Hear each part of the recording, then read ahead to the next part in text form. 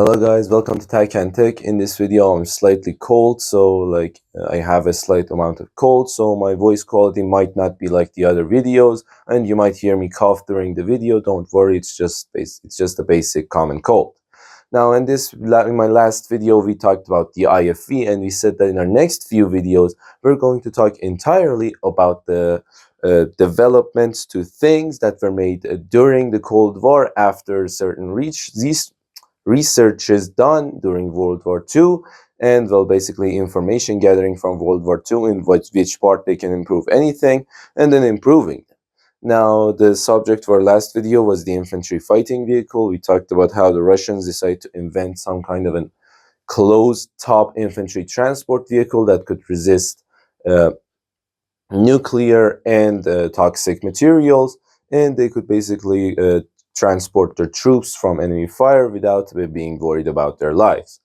Now, in this video, we're going to talk about tanks because, well, these two are very close to each other. Tanks and IFVs are just basically like a couple. They make each other complete. Now, the development made to tanks during Cold War was usually started by the Soviet T-34 during the World War II, because the Soviet T-34 was an engineering marvel for its time. In that it was a very simple tank, but this very simple tank had many things that it was strong in many fields, in fields that didn't even exist at the time. Its sloped armor was an entirely new subject. If you have taken a look at German tanks before the T-34, you can see that none of them have sloped armor. They usually have like some kind of plate here, another here, and then there's like some kind of plate over here. That's the only amount of slope they have. The American Shermans also did have a slope, but it was very slight and it almost didn't have an effect. The T-34 was the only tank that actually had a slope that made it work, which later on inspired the Panzer V, also known as the Panther, which was the first Panzer variant to have sloped armor. Now, of course, as I said, this idea was taken from the Russians. The T-34 was originally designed as a support tank to support KV-1s and 2s in battle, so they could go destroy fortifications and destroy enemy tanks. They were never supposed to actually be used as main battle tanks. They were supposed to fill in the empty spaces within the Soviet tank fleet.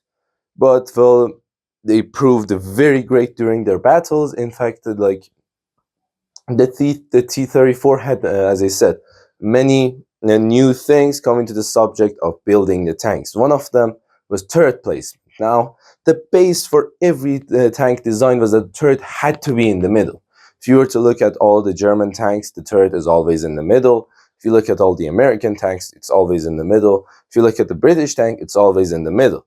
Now, the Russian tanks before the T-34, they also all had their turrets in the middle. But then the T-34 came around, and due to the fights mainly being in Leningrad, Stalingrad, and at the doorsteps of Moscow, they were expecting a lot of armed combat. And due to that, they thought to themselves, what will be the best place to place the turrets? Now, of course, it wouldn't be the middle, because the tank would have to expose half of its hull in order to actually get a clear shot of the enemy.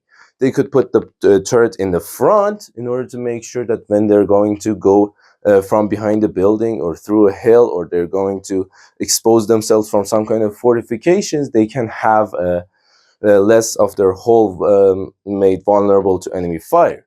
Now, this also led to many other creations that later on they put the tank turrets in the back, so that when it's going to fire over a hill, it can lower its gun bigger, like a bigger amount, so that it can fire well over hills without having to expose its hull as much. And well, another subject, as I said, was its sloped armor. And the T-34 was actually very light, and it was very easy to produce. It was very easy to maintain. It was extremely cheap. It was extremely fast to produce. In fact, the design of it was so simple that the captain didn't even have a periscope.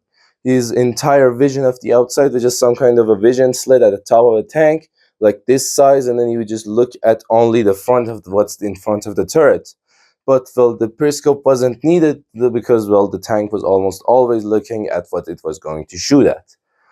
The situational awareness was non-existent, but due to the fact that Soviets usually used wave assault using their armored tanks, they could almost see everywhere on the battlefield. They did not even need to look around.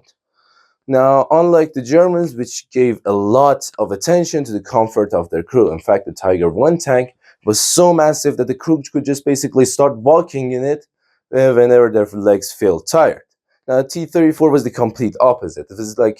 Um, it was like some kind of a meatball, like not a meatball, like something you just, it's like a sandwich. The crew were just some kind of piece of meat. They just put in a sandwich them very hard. They were all pushed together. But well, this also led to a great advantage due to, well, the tank to occupying a lot less space, because the Tiger 1 was extremely big. In fact, the leg room that it had, the crew could just basically walk on. And a friend of mine was talking about it.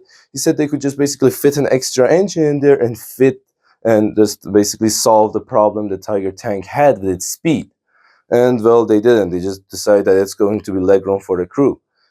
The T-34 wasn't something like this. You're just going to be on a maximum of 7 hours on your top level. You're going to be on 7 hours straight on adrenaline, and the crew didn't really matter for you. Comfort didn't really matter for you, and you're like a maximum of 3 to 4 hours, sometimes 7 hours if you're very unlucky. And well, you're just going to be on a straight 7 hours on adrenaline. It doesn't even matter to you where you're sitting. You're just so uh, immersed into the combat that you don't even feel like you're where you're sitting. Now, this also allowed the commander to shoot the gun, which has a great effect in War Thunder. If you don't know what I mean, then it's good for you. And well, the T-34 was basically the mother of many of the newly designed, well, tanks, because of its, well, as I said, it's brought many great inventions, it brought many great innovations into the case of armoring. Now, of course, in the case of tanks during Cold War, the main developments were also made by the Soviets. It was like the entirety of the Cold War, whenever it was about advancement, almost always the Soviets were the first to do it. In fact, they launched the first satellite into the space. They were the first to actually launch a man to space, but somehow they lost the space race to the Americans when it was about landing on the moon.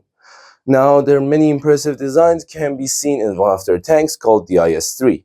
Now, the IS-3 had great armor for its time, it had a great turret for its time, it had extremely modern systems, and it also had extremely great speed for its tank class, being an extremely heavy tank. It was able to move very nimbly compared to its counterparts. But well, there was a problem with it. It was hard to produce, and the fact that it was so heavy, you couldn't use a train to transport a lot of these into a certain combat field. You would just prefer to use lighter KV-1s and KV-2s, because you could like carry around 10 of them into a certain battlefield, while with IS-3s you could carry around like only 3. Due to this, their numerical advantage gave the Russians the idea to stop the production of the IS-3, which is why we did not see it in many wars. And well, some others were some of the experimental tanks designed during the Cold War. The Object 279, designed also by the Soviets, was a tank designed to withstand a nuclear blast. Now, we do not know, can it survive a nuclear blast? Because, well, fortunately, it was never tested. But, well, the design of it was so that, like, once a nuke exploded near it, the unethical shape of the hole would just make the shockwave go straight through the tank, and it's it's four wheels, it's four wheel lines, would allow it to just easily maneuver around in hilly and rocky and non-roady areas. And well, it just gave it superior mobility. And well, these were basically just the crown jewels of what existed in during the Cold War tanks. There wasn't many advancements made beside of these. This video was mainly about the T-34 and what it introduced into the world of tank designing. And yeah, basically it's just the most of the designs that were designed during the Cold War were inspired by the T-34 Russian tank. And well, you can say it's just basically the father of almost all main modern battle tanks, because well, it was simple to produce, it had great speed, it showed great performance in combat, which I think was greatly because of the fact that the crew didn't have much comfort in it, and so they just got immersed into combat entirely just to forget the harsh reality that was going on inside the tank.